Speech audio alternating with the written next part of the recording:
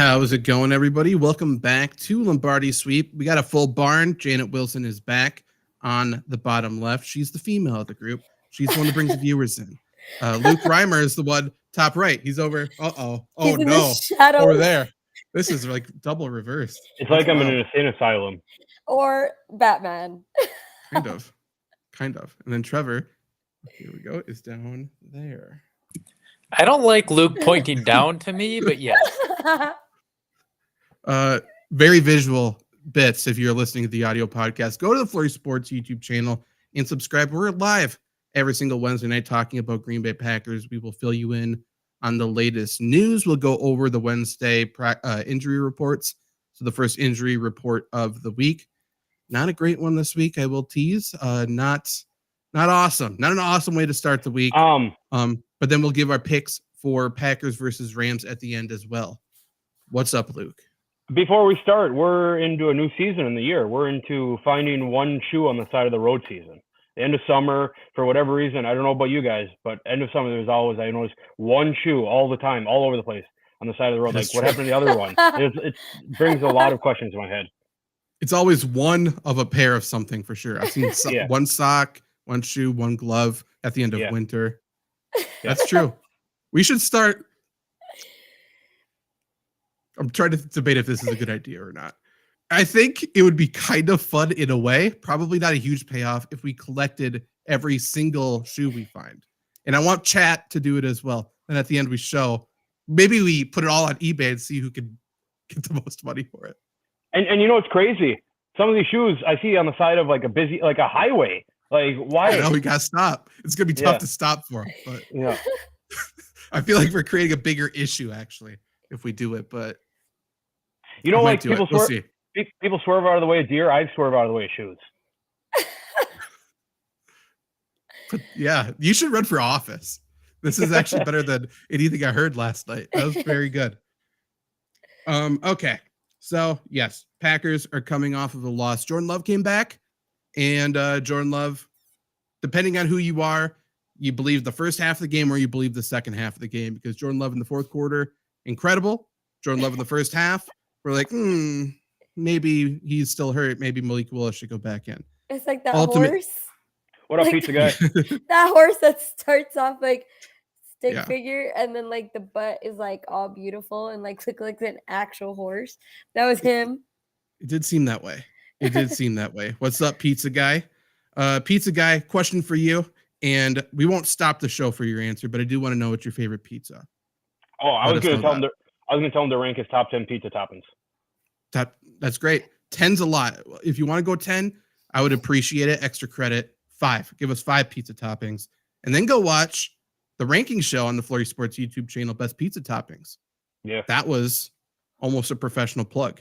Yep. If I was really good, I'd put an edit point in after the fact where it links to it, but you guys can figure it out. How about that? But let's get into that Packer game really quick. Janet, so it's been a couple. Were you on since you went to the game or no? No, because okay, so this was my fun story. My flight out of San Antonio was at 4 a.m. so that I could get to Milwaukee at 12. And then on the way to Green Bay, I had to stop at the gym. So I stopped at the gym straight off the plane, just straight to the gym.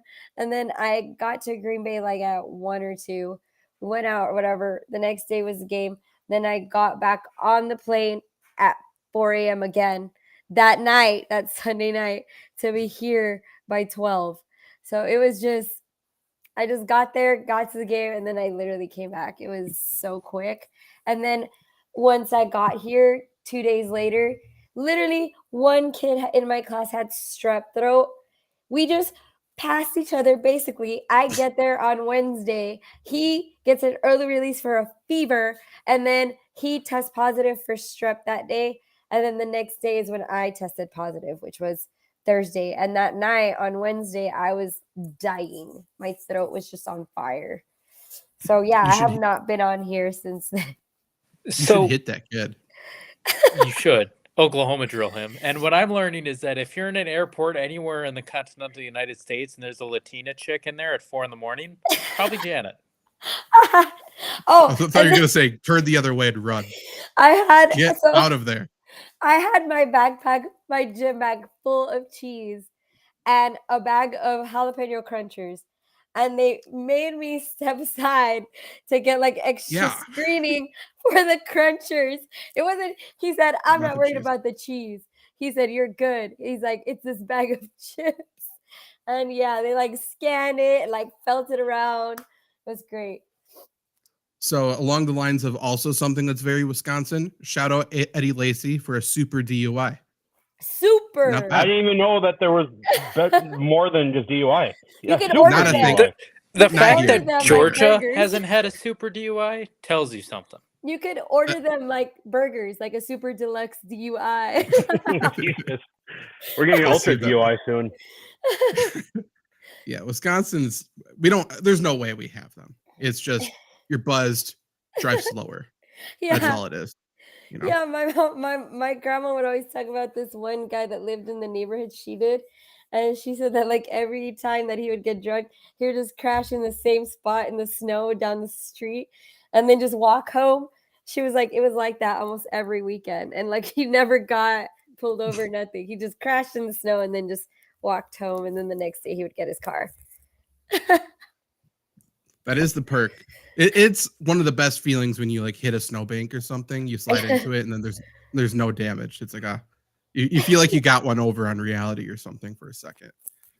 Also, speaking of that, someone drove completely through a Burger King in Eau Claire yesterday. Pretty impressive. Like Don't split know it in how half? they went like through the windows of the That's Burger awesome. King. It's like a full glass side. And you may be saying, oh, they must have like drove off the road. I guess it's like 100 yards from the road. Yeah, that's off like even the better. interstate. It's very impressive. Very impressive. Okay. Packers lost. I think that sums it up. So I think let's go into the practice report here. Injury report. So first injury report of the week, obviously, is today, Wednesday, if you are listening after the fact. There are 6 Packers who did not practice. Christian Watson, he's not going to play. He avoided IR with that ankle injury. He's not going to play. Devontae Wyatt, he still could go on IR. He was in a walking boot after the game, so he's essentially just not going to play as well. Then That Luke sucks. Musgrave, that does suck. Luke Musgrave didn't practice. Elton Jenkins didn't practice. Kenny Clark didn't practice. And Jair didn't practice. And Devontae Wyatt's been very good this year. He's been incredible, I think.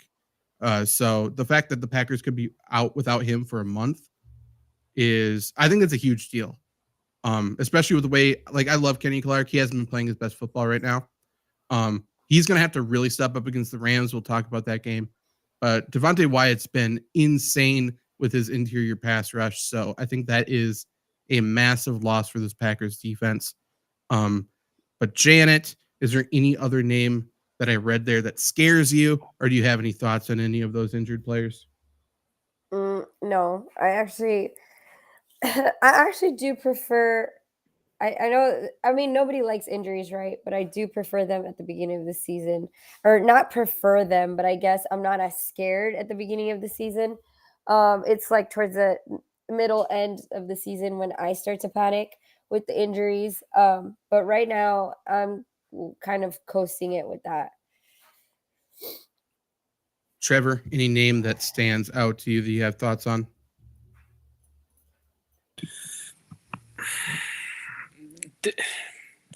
Wyatt, obviously. I'm going to get into it, but defensive line needs to get pressure on Matthew Stafford. He's too good. So that is a huge loss. We're going to need a big game out of somebody. I know he's a different position on the line, but Rashawn Gary isn't giving you shit. So a big body that can push the front back, that's a loss that I don't know if you can replace with this current squad. Yeah, I mean, go ahead. I was just going to say, Packers Twitter this week, I recently discovered, they're recently discovering that Rashawn Gary isn't very good rushing the passer. So props to Packers Twitter. Be careful. He'll block you on Twitter if you make fun of him. Not that he can read it because he can't read. But if he hears you talking about it, he's going to block you. We know that. Luke, go ahead. Other than Devontae Wyatt, like it kind of feels like, right? Maybe Kenny Clark and Elton Jenkins are dealing with some nagging injuries.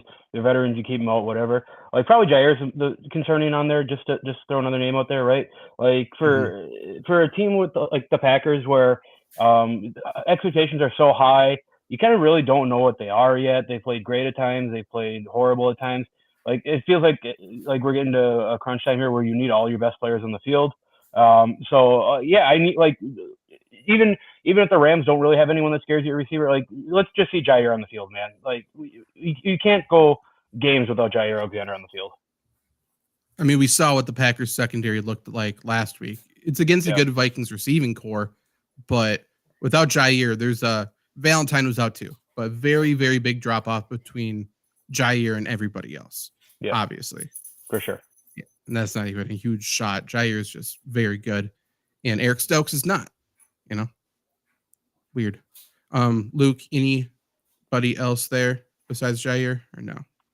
Good. I don't think so. Players limited in practice today. Interesting names actually. So Jordan Love, obviously. Makes Jordan sense. Morgan, he's missed the past couple of games with a shoulder injury, so he limited, suggesting he could be available. Edrin Cooper, who's been incredible, he should be good to go. He should be okay, I think. And then Carrington Valentine, again, he's been out too. So the fact that he's practicing, I think is good news because the Packers could certainly use him. Not that he's much better than what they currently have, but he is better than Eric Stokes. Also, Keyshawn Nixon, getting a lot of heat on Twitter. Kind of fun. It's kind of self-deserved. You can't be, you play bad, you get some shots thrown at you. You can't point at them. It's a great heel move, but then you can't whine about it. If you take shots at the fans, then you got to play the villain or just eat it. And he's trying to play the victim right now. I don't like that. Packers Twitter is ruthless. You know who else we need to call out? Christian Watson's family. Take away their fucking phones. Shut up. Nobody cares about you. Dad, mom, sister, aunt, cousin, second cousin. Shut the fuck up. You can't talk about like, oh, it's a crazy injury for Christian Watson. It is. But what about all the other 20 fucking injuries? Like, shut up, okay? You can't talk when he can't stay on the fucking field. And he's a bitch, too. He's a little bitch. Just stop. Nobody cares. Don't forget that part. Shut up. I agree. I don't know what they expect, though. Like, even I know that, you know, a lot of people on Twitter they talk about these players really ugly. Like, I'm not saying it's okay to do it, but I don't know. Every time they get on, I feel like they're expecting for absolutely no one to say anything. And I think they need a little bit of a reality check, like as far as like, your kid is on the NFL, like, or in the NFL. It's not going to be something like they're not just not going to talk about him. He's on a really controversial team right now because he's the youngest team in the NFL right now. And we've got Jordan Love, and we've always had like a franchise quarterback. So everybody talks shit about us. So they're gonna talk shit about him. Like, they're just gonna have to deal. I mean, they can't be shocked if there's criticism. Yeah, exactly. So, and I think that kind of goes back to something we've been talking about for years. There are no dogs on this team. You just need tough like skin. Virtually none. There are some, but not enough. Yeah, Too fucking weak. Not many. You got Elton Jenkins. You got. I'd put Xavier McKinney in there. I have obviously Jair, but maybe Bullard, Cooper. You know, we'll see. About the players that you listed that were limited, like it kind of feels like Edrin Cooper he has to play, he has to have a good game, right? Because in order to stop the Rams, you have to shut down Kyren Williams. Kyren Williams gets a run game going. Matthew Stafford's going to sit back there and eat, especially with Devontae Wyatt. Like, the middle has to get clogged. We know Quay Walker's not going to do it. So like Edrin Cooper has to play. He's going to play. But especially with Devontae Wyatt, like it needs to be a good Edrin Cooper game here. Yeah, and I mean, I think he deserves more snaps even than what he's getting still. For sure. McDuffie's playing good for McDuffie, but he's still Isaiah McDuffie. Like, he's maxed out what he can do. He's not the best. And then You can't take Quay Walker off the field, but it would be great to. Like, he's so athletic and has such. I mean, there's so much invested in him. He has to be out there. But McDuffie, I don't think. I think it's unquestioned he's the best linebacker. Right? Or am I wrong? McDuffie? No. Cooper. Sorry. Yes. Yeah, not McDuffie. Yeah. McDuffie's fine. He's good. He's an upgrade over Ty Summers. Yeah. Is that nice to say? Yeah. Sure. Yeah. Cool. Yeah. Okay. Back to important stuff. Pizza guy gives his top 5 pizzas. Number 1, mushroom. Because no, you read that wrong. Oh, pep got to be number 1. Pepperoni. Yeah. Okay. Number 2 is mushroom. 1 for 1. 1 for 2. Potentially controversial. He says supreme is number 3. Fine. That's not a topping. That's why I switched it. This has to be pizza, right? Because if I it's think like Supreme's if you're ordering a pizza, has to be 4 sausage, Fine. 5 black olive. 3 for 5. He would. Actually, you know what? No, we're gonna go topping, and I respect the supreme choice because he worked the system a little bit. I kind of like that. I mean, we say that like everything bagel, like that's a topping on a bagel. So yeah, supreme fun. Yeah. I actually like the sausage and pepperoni topping. Put them both on. That's 1. Mm-hmm. Yeah. Hate black olives. Yeah, hate all olives. You hate mushrooms, right? It's not that I hate mushrooms. Like, I'm never gonna order mushrooms. They're on there fine, but I don't know. They're whatever to me. Chicken needs to be on this list. I was gonna say, Janet, we did a full show ranking these. What's your opinion of chicken on pizza? Okay. Not great, huh? I like mine's jalapeno pepperoni. That's my thing. Yeah, jalapenos is top tier. That's the correct one, Janet. There's a pizza place in Austin and I love it, but they don't have jalapenos. I literally show up with my own damn jalapenos. I'm like, what is this? We're in Texas. We got to put. I thought every building in Texas has jalapenos. Like every building in Wisconsin has cheese. Mm-hmm. No, this place does not. It's called Home Slice, and like they don't have jalapenos. They only have, what are those peppers? Banana peppers. Banana peppers. They only have banana peppers. Oh. I'm like, that's not the same. That's how you know it's run by good, white though. people. They are good, but it's not the same. I think we already had this debate, so everyone go listen to our pizza topping show. But I mean, it's bacon over chicken any day of the week on a pizza. I like to put both. Yeah, I would. How's that for? I'm wacky. Those are the two. Those are the two if I could pick. I live on the edge. I do. And okay, so jalapenos over banana peppers. What do you think of this? This year we had a garden. I canned both of them together. So we got the pickled jalapenos and banana peppers together, and they kind of just infused into one thing somehow. So think of a hybrid. It's incredible. I don't know what I did. You made a super pepper. Like a super DUI, you made a super pepper. I did. Give me a super DUI for that. That feels like an accomplishment. Yeah. It was good. Okay.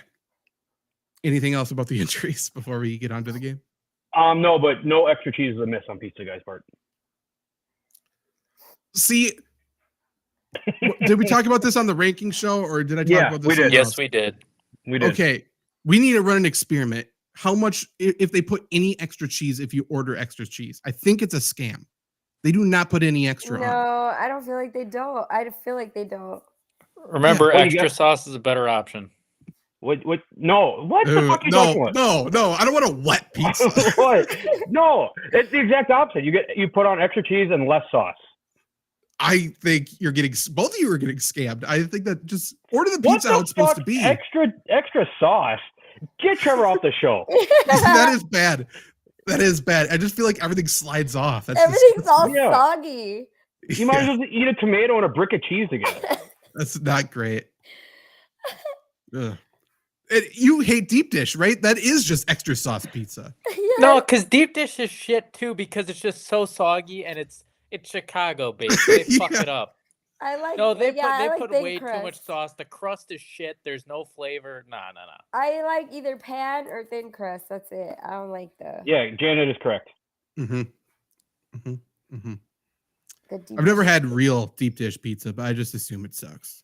Yeah, for sure. It's That's all great. right. The only thing is though, like I'm used to ordering a whole pizza by myself and like just downing it. And that pizza makes me feel every time I order like a deep dish and I try to eat it by myself, I just feel real slow. Because like you said, it's just like bunch of tomato, bunch of cheese, like bunch of bread.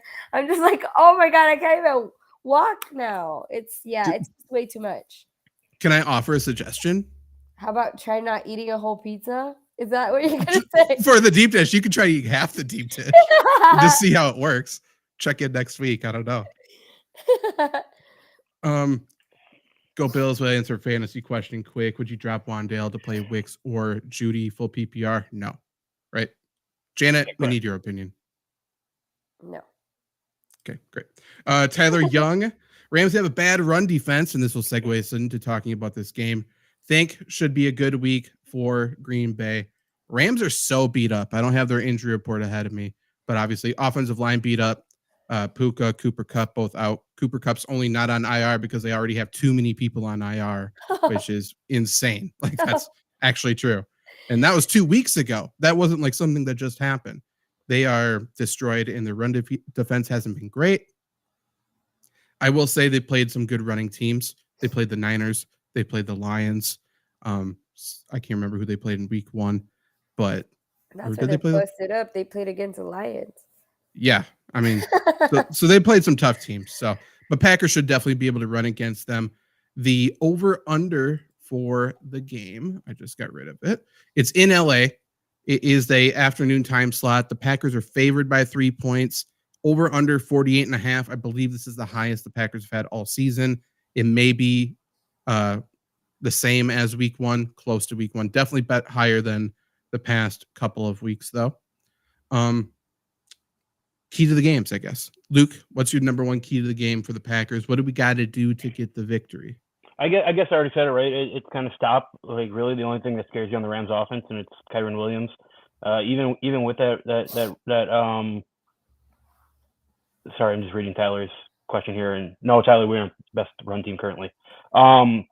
Even with the Rams injuries on the offensive line, right? Kyren Williams is still produced somewhat well. Like he's major key to the Rams kind of upsetting the 49ers a couple weeks back. And as probably segue into Trevor's point here that you already made, but like if you stop Kyren Williams, you kind of make Matt Stafford a little uncomfortable, right? And a comfortable Stafford just going to tear you up. That is true. For the rushing stats right now, I assume he was talking about total rushing yards. Even still, okay. Packers are second. But in terms of yards per carry, Packers are third, which is still great. Yeah. Still running the ball very well. But yeah, not the best, but best in the NFC North. How about that? That's all that really matters. Trevor, what's your key to the game? My key to the game could be get pressure on Stafford because he's too good. But I'm gonna go for a different one. Keep Braden Arvison off the fucking left hash, please. I don't know what it is, but he cannot kick from the left hash. You just can't. I'd love to see the stats on where his misses are. I'm sure he just has an issue with kicking it too far or not far enough around the hash. Whatever. Stop putting him on the left hash and know what your team is. I know you can't go 3rd and 10 around the left hash. Let's run it, give up, and at least we're in the middle. But you got to know what you have. You got to know what you have with the kicker. You got to be smart. Like LaFleur's flag, say what you will about him not getting the timeout.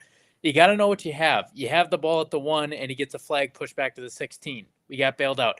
You got to know what's going on. You got to be aware. Got to know what you have with kicker.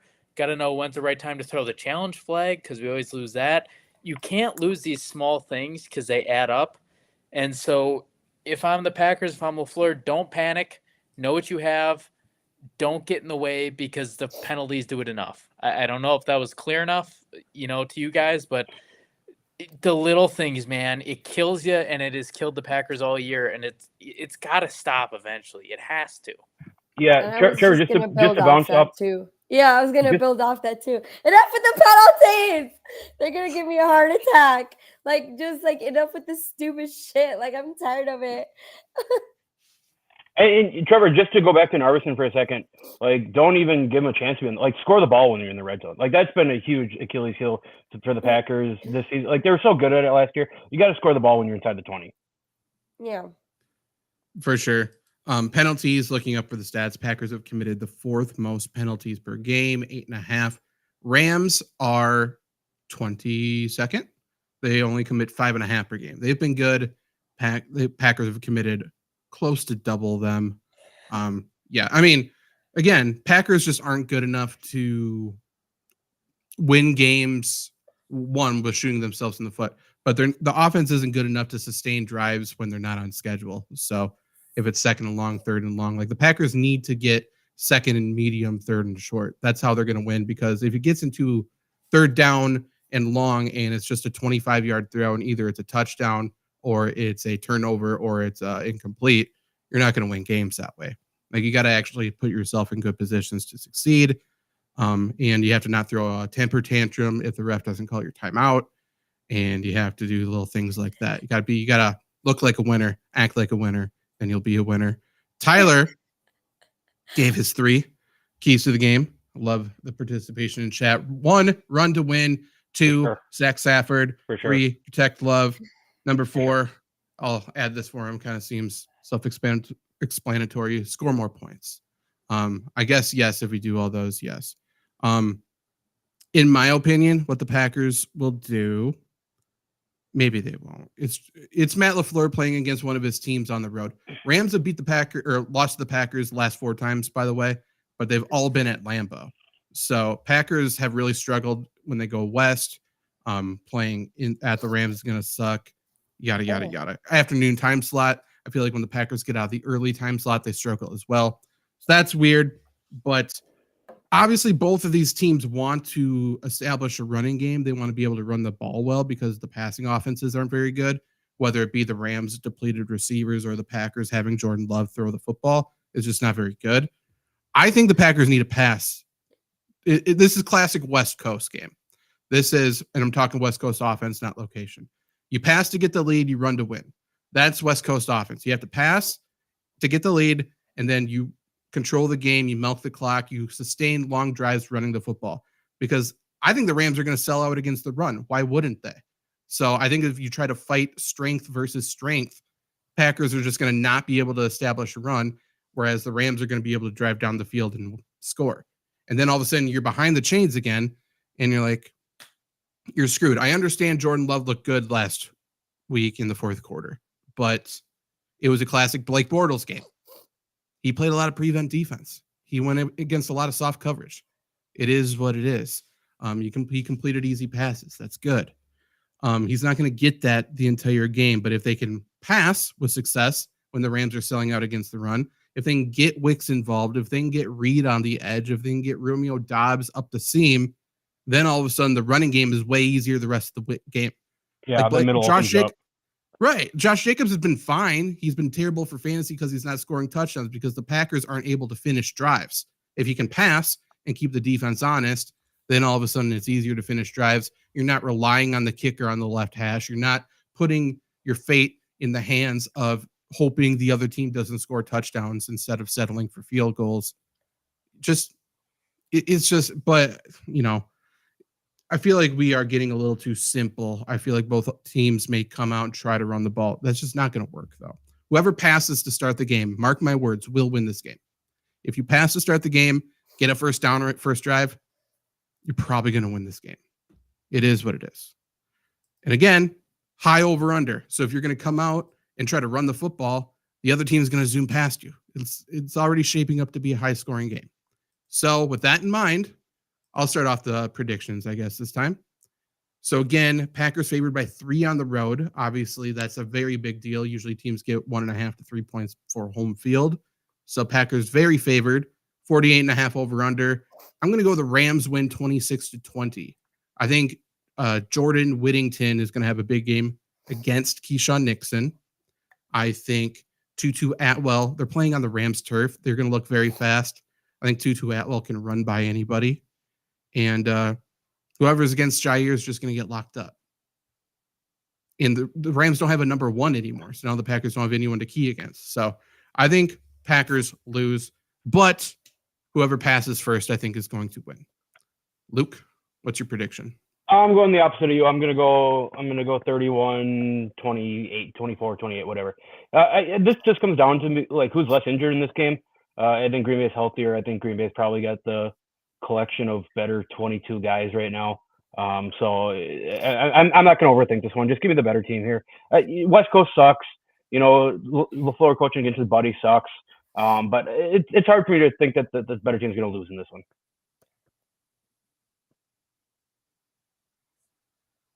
Trevor? I disagree with Luke. I'm going to go with Zach. I've seen way too many games where the Packers are better on paper and choke, most notably the playoffs. But West Coast game, defensive line has issues.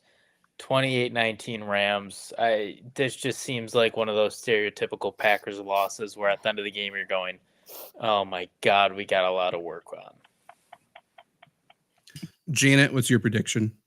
I say 28-20 Packers, just because we just came off. Every time we lose against the Vikings, like that's always our weird loss. It's always our weird loss, and then we come back after that. So I think that's going to be a win for the Packers. And also, like Luke said, they just have the upper hand right now because they have less injuries than the Rams. And yeah, I think they're kind of heating up in a sense. And after that Vikings loss, like I actually didn't feel as bad as that I thought I would have that we lost that game. But I think we're just gonna come back this game right now. Yeah. I do think it's important we don't treat that as a bad loss. Like, I think we lost to the better team. I think it hurts because I think the Lions are very clearly better than us too. So we're competing for a wild card spot with the Vikings or the Lions. But I think there's a real possibility that 2 wild cards come out of the NFC North, given there's 7 teams coming out of the NFC. I mean, it's all in front of them. Packers aren't screwed by any stretch of the imagination, but you know, they're going to have to play a lot better than they've been playing because I still don't think they've played very good teams. So they're going to have to get better. But yeah, any other huge takeaways here or predictions? No, Tyler's got in the chat. Real question: Does Xavier McKinney get number 5? I mean, if you can make Stafford uncomfortable, he's going to throw the ball up. McKinney's gotten pretty lucky so far. I mean, we'll see if he continues to get blessed. You have to get Stafford rattled. If they don't get Stafford rattled, man, he's going to destroy this defense. It doesn't matter who he has. Stafford's too good. That's why I don't know if the Packers are the better team. I truly don't. Stafford's so good. Yeah, when I say better team, I think the Packers have what I mean is a better collection of players right now. But probably, but like, if they don't get to Stafford, he makes everybody so much better. Yeah, but what if they get to Stafford? Then the Rams are nothing. That's true. I think Stafford's the best offensive player. I think it's a big what if either way. Right, but I think Stafford's the best offensive player, or the best player in the game, really, I think. Number 2 best offensive player, I think, is Kyren Williams. I think he's better. Packers, who is it? Josh Jacobs or is it Jaden Reed? I mean, Jaden Reed for sure. Okay. I think it's Reed. Like, it's a lot easier to get Kyren Williams the ball than Jaden Reed. Yeah. They're both very good. But I'm just saying, like, and then all of a sudden you have these guys that play really complementary roles. DeMarcus Robinson hasn't had one of those games yet. Like, how many times have we seen guys get behind the defense over and over again against this Packers defense? So, I mean, we can see that. And did you watch the Rams last week? We have this. I did. I saw who the Rams played. They played the Bears. I have seen that. I don't know. We can't base it off that game. No, and the Rams are a different team at home. We're talking about the Rams team. Did you see them the last time they played at home? They beat the 49ers. So this game, I think, is truly up in the air, man. Who shows up? And that afternoon time slot scares me. On the show, it's 50-50, so it's definitely it is 50-50. Yeah. I think it should be a pick'em game. That it's going to be a fun one, I think, and it's going to be very important. This game's more important than last week's, in my opinion, for playoffs, like wild card positioning. I think we're going to be competing with the Rams. If the Rams lose this game, they might as well not bring Puka Nacua back or Cooper Kupp, probably. It's going to be a tough hole for them to climb out of. Anything else before we get out of here? Mm-mm. Cool. We will be back next week to recap this game and talk more about the Packers. Is it the bye week after that, or do they have one more? They They have the Cardinals. Yeah, they have the Cardinals. Cardinals. We don't have bye Yeah. till week 10. Really? Cardinals Mhm. Texans coming up after And the then Rams. Jaguars, awesome. Lions, and then we have a bye week. A lot of running teams coming up. Okay. So definitely need Devontae Wyatt to get healthy. Definitely need Kenny Clark to be healthy and start playing better. That's going to be huge the next few weeks. Okay. Tyler.